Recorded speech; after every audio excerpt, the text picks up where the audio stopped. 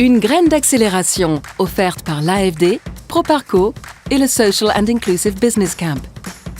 Vous êtes un entrepreneur produisant des impacts sociétaux positifs en Afrique et vous avez besoin d'argent pour accélérer? Vous allez devoir lever des fonds auprès d'investisseurs pour renforcer votre trésorerie. Les investisseurs seront actionnaires de votre société. Vous en partagerez le contrôle et le risque. Attention, plus vous faites entrer tôt des investisseurs à votre capital, plus vous serez dilué in fine. Alors choisissez bien vos investisseurs, car ils seront avant tout vos partenaires.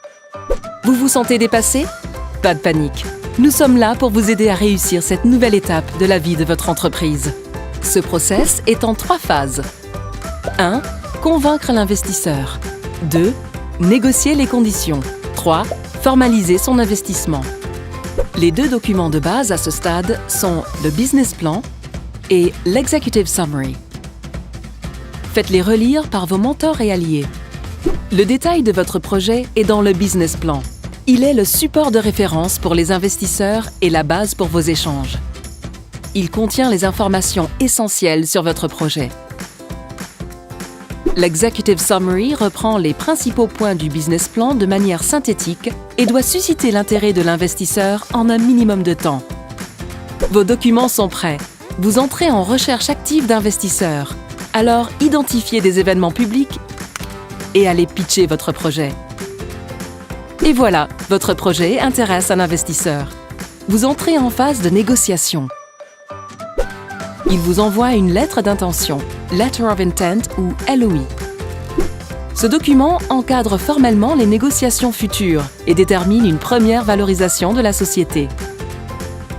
S'il n'a pas de valeur juridique définitive, les investisseurs y incluent souvent une obligation pour les fondateurs de cesser les discussions avec d'autres. La LOI signée commence la due diligence, où l'investisseur va analyser votre société en profondeur.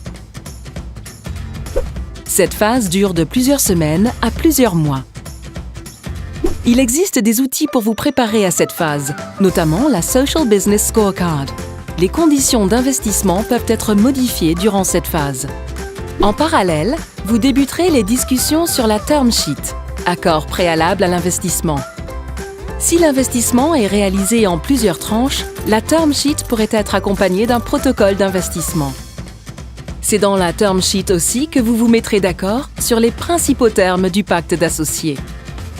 Ces documents reflètent l'équilibre à trouver entre les intérêts des fondateurs et des investisseurs, alliés pour la réussite de l'entreprise.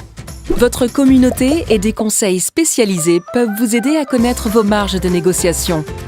La term sheet est signée, vous entrez en phase finale de négociation avec le pacte d'associés. Le pacte encadre durablement les relations entre actionnaires sur des sujets essentiels.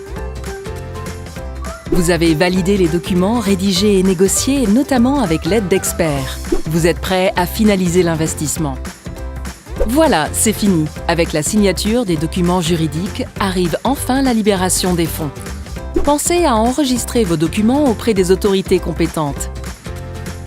Lever des fonds est une étape essentielle au passage à l'échelle, qui présente de nombreux avantages. L'investisseur prend le risque avec vous et va s'impliquer pour que votre entreprise décolle. Pensez à l'investisseur comme à un partenaire et veillez à négocier le plus honnêtement possible la documentation, car vous formerez une équipe dans la durée. Et souvenez-vous, ensemble, on va plus loin.